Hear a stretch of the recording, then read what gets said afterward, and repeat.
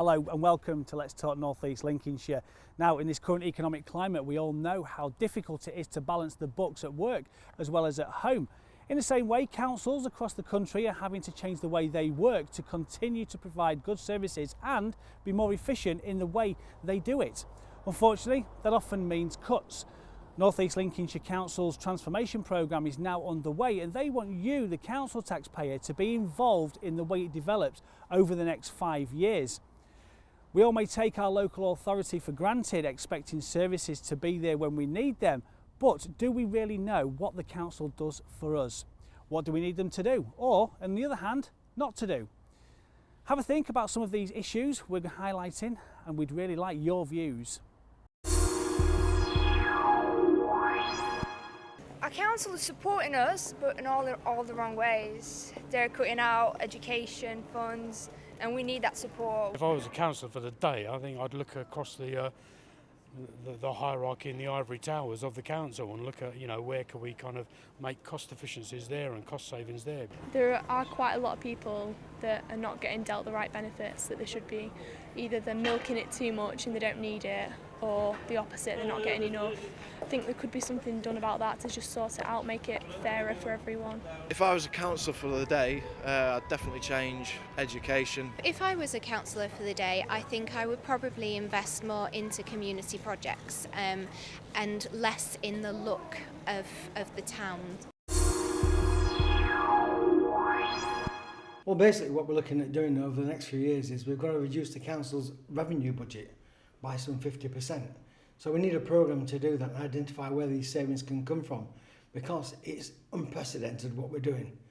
Government every year have been imposed cuts on North East Lincolnshire, and it's our job as a local authority to make sure that we live within our budget. The council has a responsibility to every child from birth to the age of 19. So how does it really contribute to our children's well-being and ensure that they grow up to be healthy, promising young adults? In terms of children's services, like any other department of the local authority, we're not immune to cuts. So there will be a reduction in resource allocation across a range of services and areas over the coming years. What we've got to do, we've got a responsibility to do, is to manage that transition safely, while we're using our resources to support vulnerable children and families, where we use those resources in the context of partnership, because we're not doing this in isolation, and that's really important. It's a really important point that we need to do this as part of a whole system approach for change in North East Lincolnshire, and not think about it in the context of just service or department or area. It's got to be a whole system approach. We're able to manage with the resources we've got at the moment, but it's about being efficient and effective and ensuring that we have impact to ensure that all the children are safe in the area and aspire to what they want to do in the future. We are aware of the austere times and the cuts that the local authority have got to put in. However, what's really important and significant is that children's centres in particular can be part of that transformation, because we're very well placed to enable the community and families to do things for themselves. There's not enough children's clubs, children's activities. I don't think there's put enough money into schools and education. They say the education is going down as it is, so if they don't invest money in it, it's going to be even. We're turning children out that aren't fit for work. Stuff for more of the youngsters to do, I think. I think that's a big thing. Because they should be focusing on our future, on young adults, and not roads where they don't really need to fix to just cause traffic and just a waste. With children's care, I think you can always do more, I think, for a community. The councils and things, I think they could invest a lot more in maybe community centres where kids can go. Our part of the country can sometimes be in the media spotlight for higher than average unemployment rates, NEETs and skill levels. But what no one shouts about is the amount of potential we have in this area. But how does the council harness that potential and ensure all of its residents can take the opportunities available to them? The council may take care to provide facilities for our community's health and fitness, but what about being fit for business and ensuring people have the right skills for the right jobs now and in the future.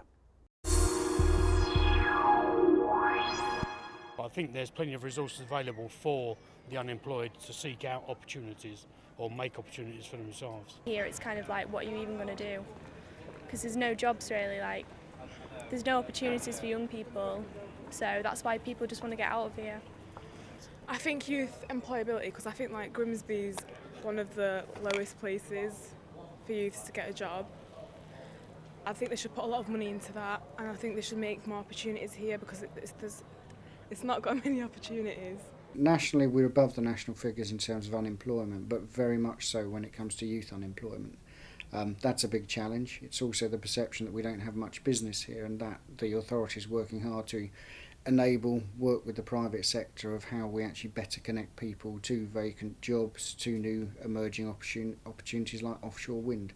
So we're looking at apprenticeship skills programs where we can really focus people and make them aware of the opportunity, how we can support that, and working across many partnerships support people accessing those jobs. So we have a strong long-term future. It's how in the short term we move towards that and support people getting sustainable jobs. In terms of the transformation programme, yes, it will make us look at things differently.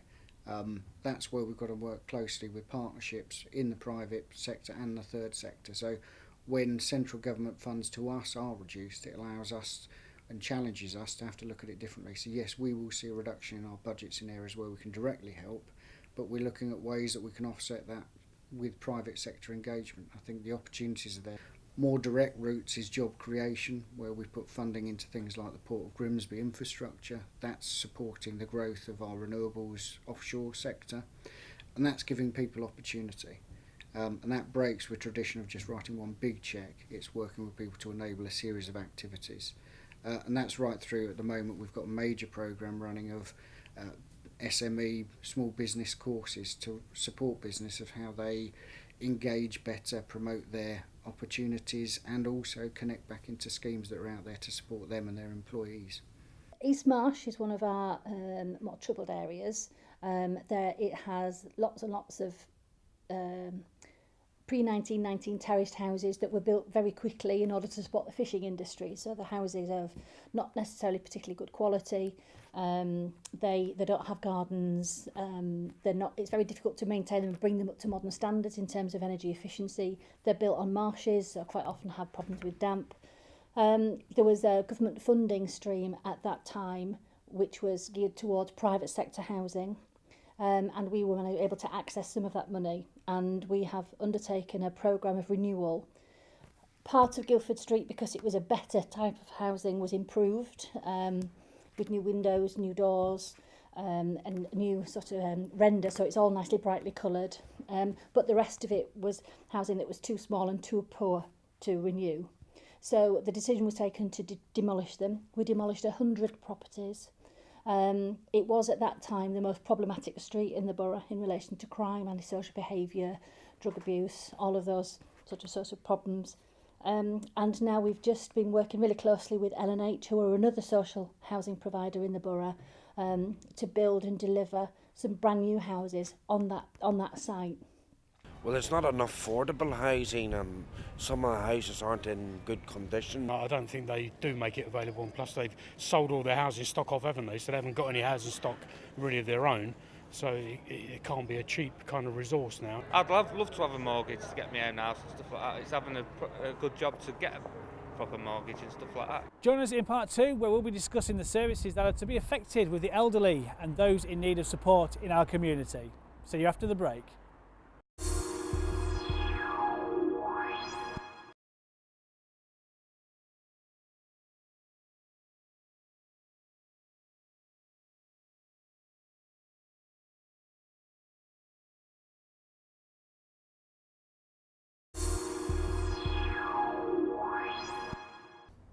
Welcome back to Let's Talk North East Lincolnshire, in which we'll be focusing on some of the areas that are being selected for government cuts. Whilst it's not the choice of the council to make these cuts, they have nevertheless been instructed by central government to do so. We've already discussed children's care, employment and business opportunities available to residents. We'd like your input to decide what will happen to these and other services and the best way to streamline them without too much disruption. Well, they are quite heavy cuts. I mean, we call it a transformation programme because we need to call it something. We could have called it the carrot programme. It doesn't matter. It has to have a name so our staff can identify what work they're doing. So it's called a transformation programme because, let's face it, by the time we've taken 50% of the council's revenue budget away, people will see a transformation in the way their services are delivered. And maybe not for the better. But like I say, we've had half our budget reduced by government. We have an alternative, but to make savings where we can make the savings. It's a bit like your employer saying to you, as from next week, I'm going to take half your wages away and you can stop the same standard of living. Well, we all know that could never happen. Part of what the council said it's still like to do is to bring jobs and employment and growth to North East Lincolnshire. And people won't invest in an area that doesn't look as if it's got some prosperity to it. So we're spending money wisely, investing in North East Lincolnshire to bring in more jobs. And that does work. We've seen Dong Energy come to North East Lincolnshire. We've seen Morrison's Food come to North East Lincolnshire. We've seen considerable investment by British Oxygen Company in North East Lincolnshire. That's on the back of the work we're doing. But at the same time, we're also looking after the people in our society that need our help where we can. You've got to bear in mind that we've had cuts imposed for the last 4 years, and we've managed to deliver zero council tax. By doing that, we've done that by streamlining the council. We've now got the smallest senior management team of any council in the Humber. We've got 3 senior directors, we've got 9 heads of service. Some local authorities have got 38 heads of service and 15. We've actually reduced the management costs of running the authority while still delivering services to the public. Now, although we've had to do 1 or 2 minor tweaks, the service the public are getting now is the same service we were getting before we did all the cuts. The problem is, because we are successful in what we do, government wants us to be more successful. That's where we're going to have the problem. We've took all the meat off the bone, we've boiled the bone, there's nothing left. So it means we're going to have to start cutting services. It's going to take time for it to come through the system. But what we are doing is we're saying to the public, look, you know, these are the services that you cherish, so we're going to safeguard those where we can. However, by getting involved in working with the local council, we can deliver better services. You know, we need to look at this as being not a problem, but being a challenge that we've been presented with. It's a time for us all to think differently, working with the private sector, the third sector, the local authority, trade unions, educational establishments. It's time for us to look at a different way of delivering services. The council say their key objective in this area is to narrow the health gap in the borough, ensuring all residents stay safe and enjoy an equal standard of living and health. And secondly, to ensure every resident is provided with adequate and affordable housing. But with the cuts looming, how can this work? The council say they want to design a package of services to enable residents to live long and healthy lives without reliance on public services. But what do you say? Can this really work in practice? Yeah, I think us have a responsibility as well as the government, but I mean we have a responsibility to keep ourselves healthy. For vulnerable people, the council is doing a very good job. I feel like they should carry it on and just carry on. They're doing a great job. As personal experience I've had with them. I mean, I have a cousin myself. He's got severe Down syndrome, and they expected him to work. They don't spend enough money on vulnerable people that need it. They need to be spending more. I do think the council do enough for vulnerable adults. Around here, there's probably 3 or 4 centres for vulnerable adults, disabled people and elderly people. The transformation programme is also affecting adult social care, and like all areas, it's nothing unique about North East Lincolnshire. We do have a population which is ageing. It's actually ageing slightly more rapidly in North East Lincolnshire. We have an increase in the number of people who have learning or physical disabilities, and unfortunately there's no more money. So we're being challenged very hard to think about different ways of delivering some of the services for those people. And fundamentally, the 2 challenges are that the only 2 things we really can alter is the number of people coming into service and the cost of the services that we're delivering. So we're working very hard to identify people's needs much earlier so that we can prevent them from getting any worse and prevent them from needing services, but we're also looking at radically different ways of delivering services, particularly with the community, and looking at opportunities for volunteers and carers to assist more so that we have less reliance on traditional services. We are thinking much more about how do we enable people who perhaps might have care needs in the future be able to participate more actively in the community. So an example of that would be where in the past we might have assessed an individual and provided a service for them. We would be aiming to speak to that individual much sooner, and actually a reality is that very often one of the causes of people needing social care is the fact that they're very lonely and isolated. If we can identify those issues early, we can actually link them to organisations and groups that already exist in the community, or indeed, if you like, low-level services, things like people who are willing to do a bit of shopping for them, or people who perhaps might help them with a little bit of gardening. And those sorts of really low-level services are actually really effective in preventing people from deteriorating. Social contact is really important, and that's one of the key ingredients of enabling people to stay at home and live independently. We used to have a programme which we ran from the council called Walk Well, and the idea of this programme was to encourage people to take more regular walking exercise. We used to employ a couple of coordinators that ran those sessions on a weekly basis, but at the same time we equipped a number of volunteers to also be able to lead walk programmes. We've been able to extend that programme to such an extent that actually we don't need to deliver that anymore. In recent years, you may have noticed many different organisations doing what previously individual council departments would have done internally. It seems that in the drive for efficiency and streamlining, that this is a trend the council will continue to do. But what are the benefits do the partners bring to the table? Do they really save us money and bring greater efficiencies to our services while maintaining quality? We caught up with the council's chief executive and one of those partners as well. We're partners of the council delivering 4 service streams: the highways and transport, their asset management and property rationalisation programme.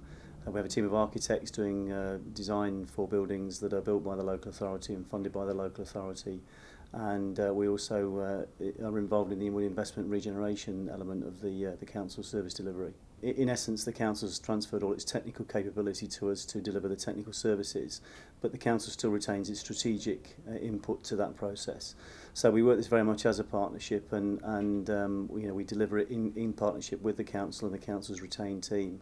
And by doing that, we're finding more efficient ways of doing it through a private sector approach in delivery of services, but very much ensuring that the outcome is what's the best thing for the area. Here at North East Lincolnshire Council, we've certainly invested a great deal in partnerships. By way of example, we have a partnership with our health colleagues for the provision of social care for older and disabled people.